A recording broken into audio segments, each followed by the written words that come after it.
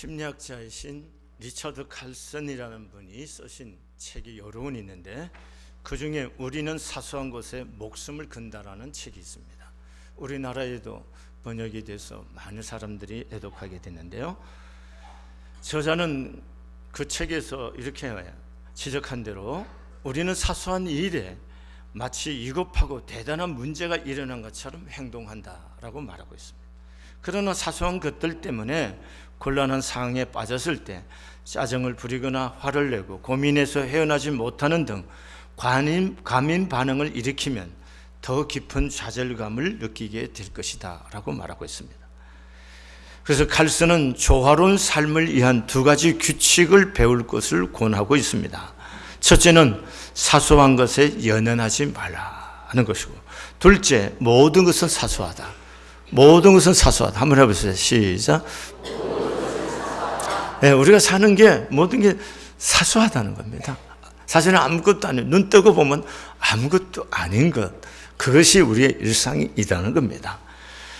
여러분, 이렇게 사소한 것에 우리 인생이 다 목숨을 걸고 살고 있습니다.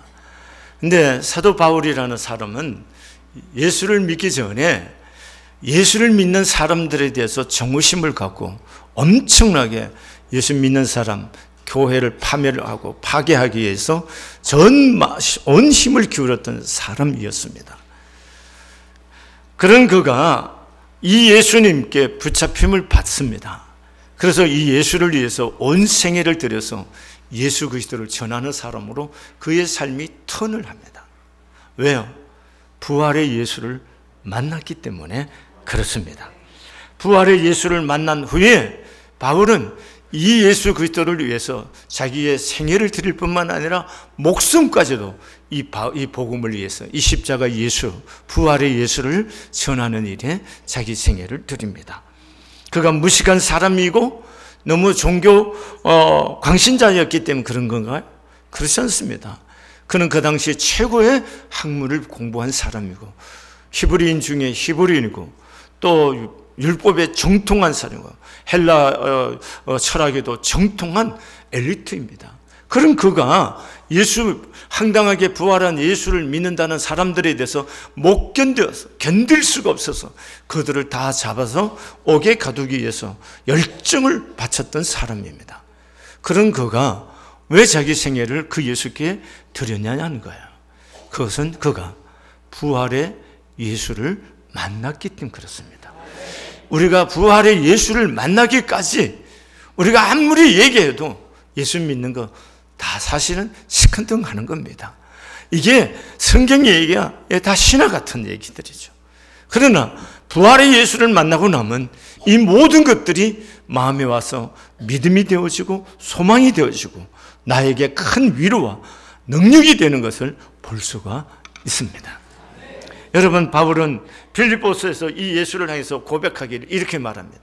20절과 21절에 나의 간절한 기대와 소망을 따라 아무 일에든지 부끄럽지 아니하고 지금도 전과 같이 온전히 담대하여 살든지 죽든지 내 몸에서 그리스도가 존귀하게 되게 하려 하나니 이는 내게 사는 것이 그리스도오니 죽는 것도 유익함이라, 이렇게 말하는 겁니다. 어떻게 이렇게 말할 수 있을까요? 답은 하나입니다. 부활의 예수를 만났습니다. 이 부활의 예수를 만나고 바울이 쓴 서신서 중에 하나가 뭐예요? 고린도전서입니다. 고린도전서 15장 51절에서 52절의 말씀에 보면 보라, 내가 너희에게 비밀을 말하노니 우리가 다 잠잘 것이 아니요 마지막 나팔의 순식간에 혼론이 다 변화되리니 나팔 소리가 나며 죽은 자들이 썩지 않을 것으로 다시 살아나고 우리도 변화되리라. 이렇게 말씀하신 바울 사도께서 15장 58절에 이렇게 말합니다. 그러므로 내 사랑하는 형제들아, 견실하며 흔들리지 말고 항상 주의 일에 더욱 힘쓰는 자들이 되라. 이는 너희 수고가 주 안에서 헛되지 않은 줄 압니다. 여러분, 우리가 이 땅에서 힘쓰고 살아도 마지막 죽는 순간 돌아보면 다 허무한 거잖아요. 허무해요. 그러나 인생에 헛되지 않은 것이 있다는 거예요. 그게 하나님의 나라라는 겁니다. 왜냐하면 우리가 지향하는 모든 삶이 어디 가는 거예요? 하나님의 나라입니다. 그 하나님의 나라에서 우리의 삶을 되돌아봤을 때 그 하나님의 나라를 위해서 산 삶이라면 후회할 것이 없다는 것이죠. 오늘 여러분과 제가 이 부분을 이 본문의 말씀을 통해서 함께 나누고자 합니다. 예수님께서 부활했다. 이 사건적으로 부활해서 끝난 것이 아니고 부활하신 예수님이 40일 동안 이 땅에 머무시면서 제자들에게 하나님의 나라의 일들에 대해서 강론하시고 가르치십니다.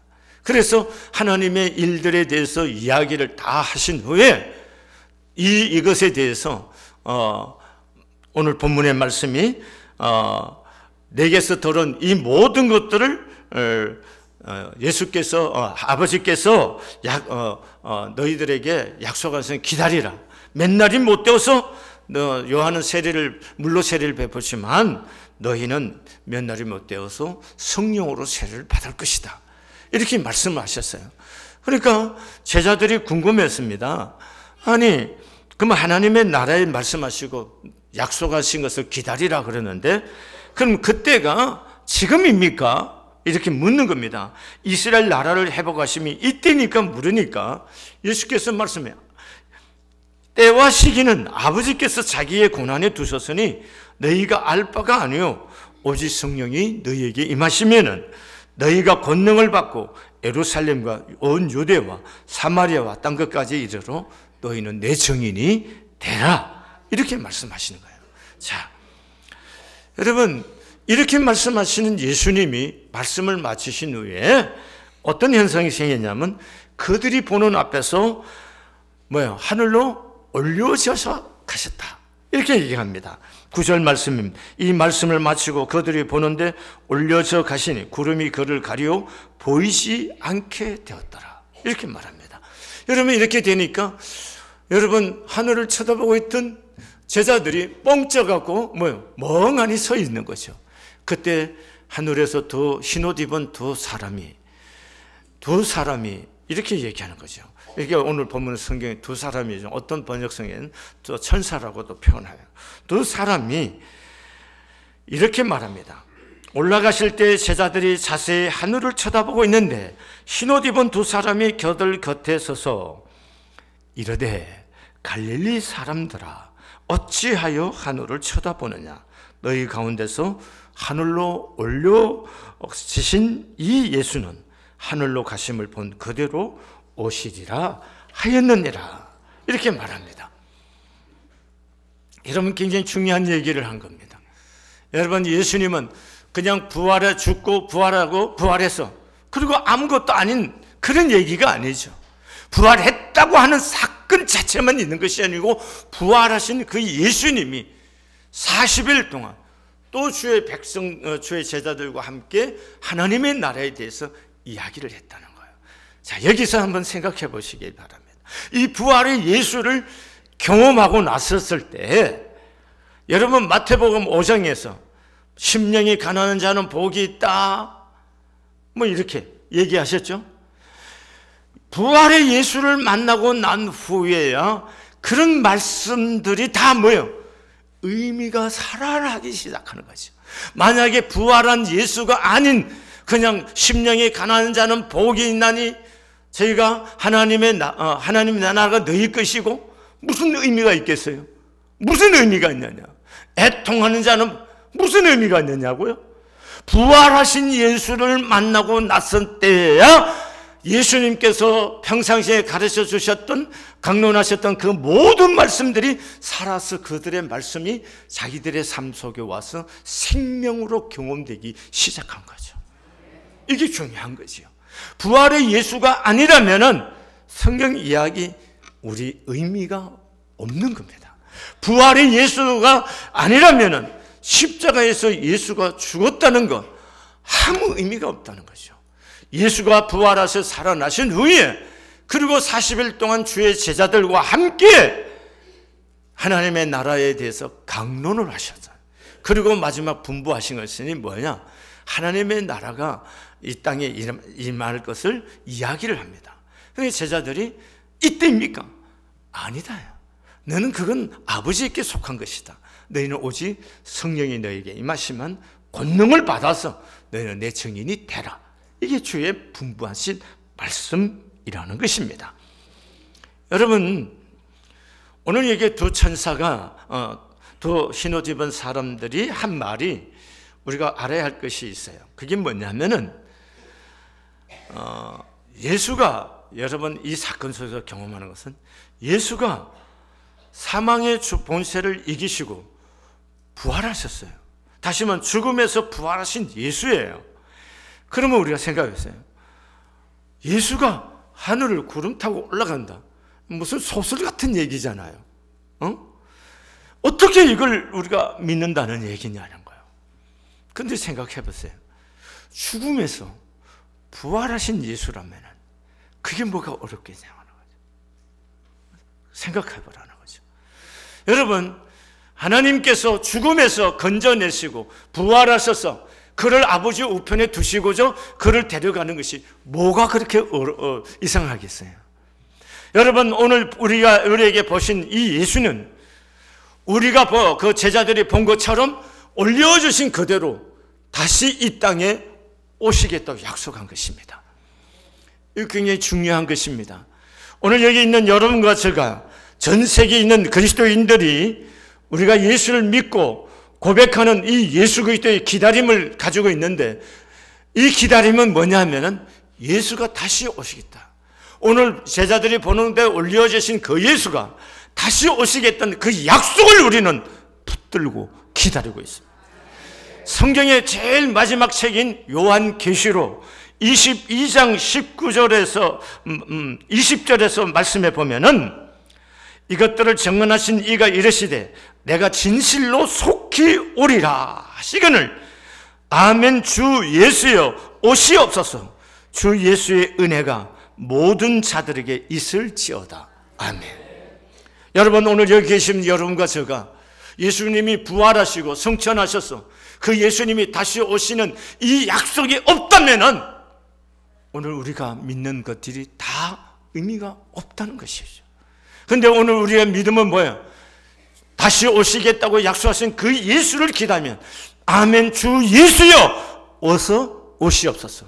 이 기다림 속에 있는 줄로 믿습니다. 그러면 예수님이 가셨다가 다시 오신다는 이 약속을 믿는 여러분과 제가 이게 뭐예요? 이 기간 동안 이 땅에 있는 주의 백성들이 뭘 해야 되느냐는 거예요. 그러니까 오늘 신옷 입은 두 사람이 말하냐, 너희들이 쳐다보고 있기만 할 거냐?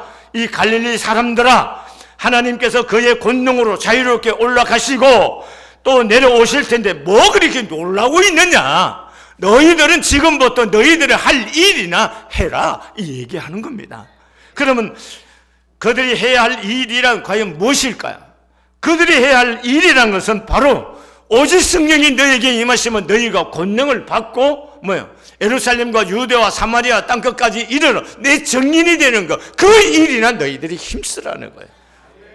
하늘로 가신 그분이 다시 너희들이 보는 것처럼 올 그 시간 동안, 니들이 이 땅에 있는 동안에 하나님의 교회가 우리 주 예수 그리스도 오시는 날까지 해야 할 일들이 뭐냐? 주 예수의 오심을 기다리면서 이 부활의 예수를 증거하는 일이라는 겁니다. 여러분, 이게 중요합니다. 여러분, 중세 교회가 타락했다. 왜 타락했느냐? 여러분, 이 땅에 권력을 집착하고, 여러분 교회권, 여러분 공부해서 다 아시겠지만 교권이 국가 권력을 다 장악한 때가 있었습니다. 그러니까 이 땅이 만국왕선이에요. 여러분, 교회가 그래야 돼서 타락하는 겁니다. 교회는 이 땅에 권력을 갖는 곳이 아니에요. 이 땅에서 무엇을 하는 곳이 아니에요. 이 땅에서 해야 할 일이 뭐냐? 다시 오시겠다고 하신 예수님을 기다리면서 이 예수 그리스도의 십자가의 죽으심과 부활을 증언하고 증거해서 재석에 아직도 살고 있는 사람들이 예수를 만나서 구원 얻게 하고 하나님의 나라가 이 땅에 이루어지게 하는 일, 그걸 위해서 교회가 존재하는 줄로 믿습니다.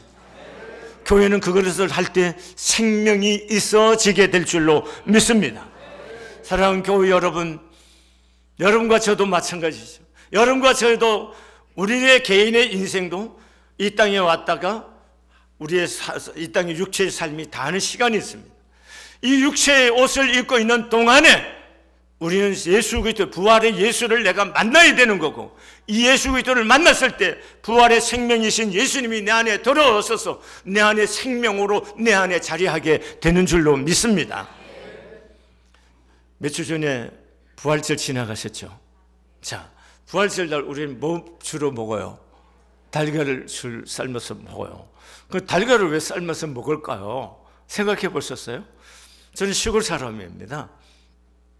시골에서 봄이 되면은 달걀들을 어미닭이 품습니다. 네, 이렇게 품어요. 요즘은 기계로 다 부활하지만 21일 정도를 닭을 이렇게 품었는데, 그게 닭을 품었다가 이제 20일쯤 되면은 병아리들이 그 안에서 똑똑똑 깨고 나와요. 깨고 나오는데 어떤 달걀 속에서는 병아리가 나오지 않고 그냥 보면은 썩어 있는 달걀들이 있어요. 그럼 물어보겠습니다. 썩어 있는 달걀과 병아리로 나온 달걀의 차이는 무엇일까요? 무엇일까요? 유정란이냐 무정란의 차이입니다. 그럼 유정란이라는 얘기는 뭔 얘기예요?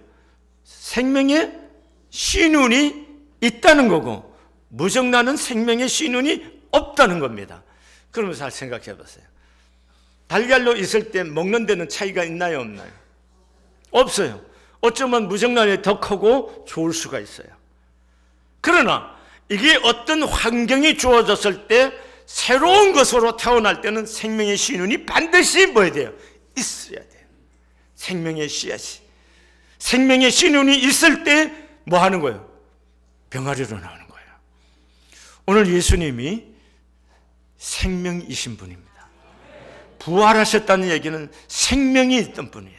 그 생명이신 영원한 생명을 갖고 계신 예수님이 지금 여러분과 제가 예수를 영접하면 내 안에 와 계시는 거예요. 내 안에 누가 계시는 거예요? 영원한 생명이신 분이 와 계시는 거예요.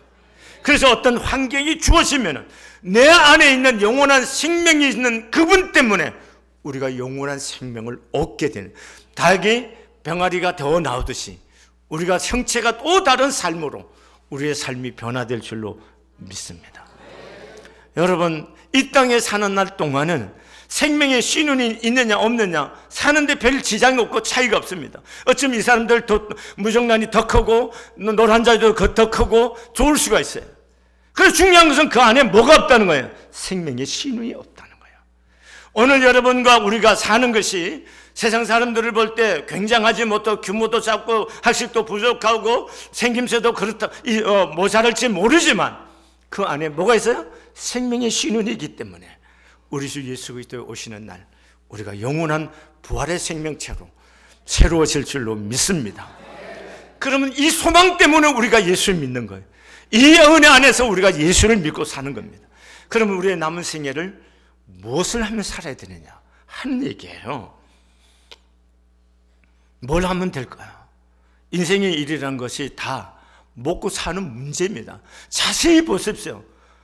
뭘 하든 간에 다 인간이 뭘 하기 위해서 하는 거예요? 먹고 사는 문제입니다.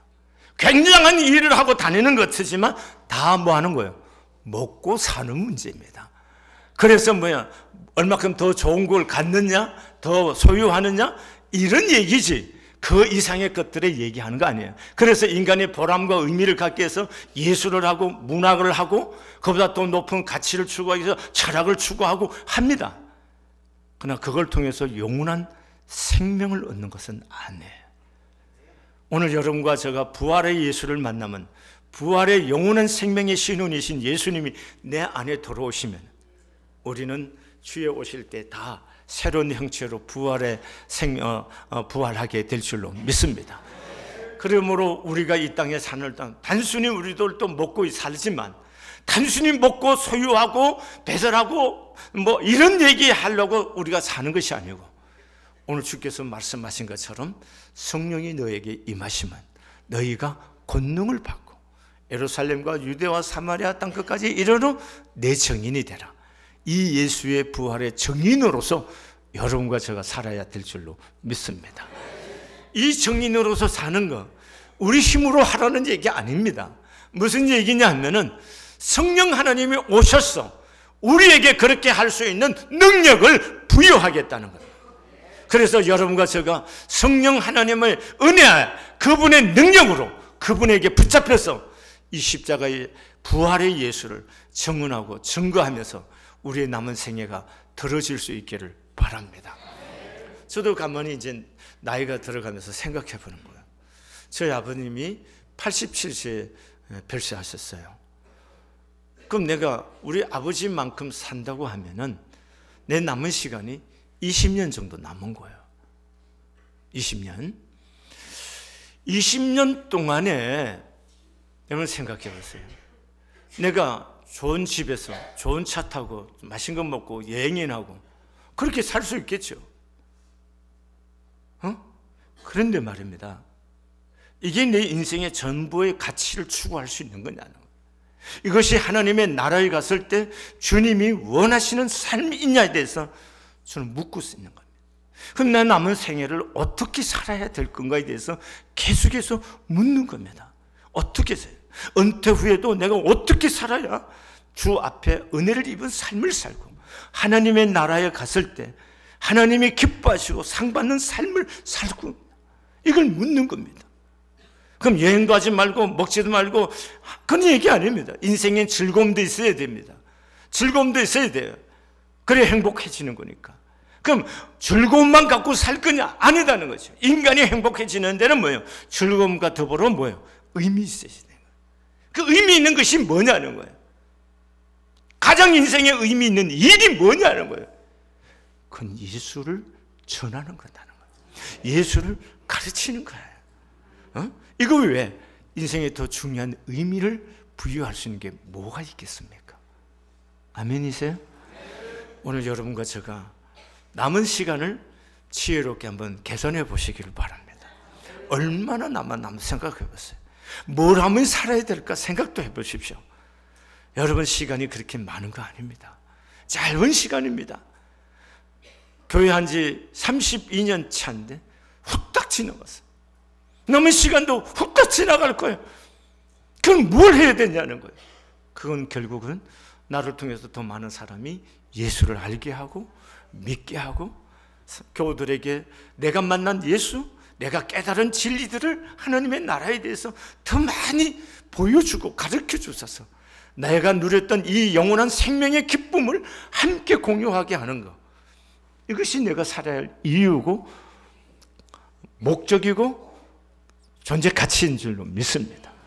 여기 계신 우리 성안교회 교우 여러분 모두가 직업이 무엇이든 간에 그건 상관없습니다. 남은 모든 삶을 통해서 여러분들이 때를 얻든지 뭐든지 내가 믿는 예수, 부활의 예수를 입으로 증거해 보이고 하나님의 나라를 설명할 수 있는 여러분과 저의 삶이 되어질 수 있기를 바랍니다. 이 성안교회가 어떤 저를 위해서 존재하는 거 아니죠. 이 성안교회 저와 함께 오직 예수 그리스도 십자가의 예수와 부활의 예수를 증언하는 일에 이 교회와 저와 우리 모든 성도들이 쓰임을 받을 수 있는 거룩한 교회 되기를 소원합니다. 기도하시겠습니다.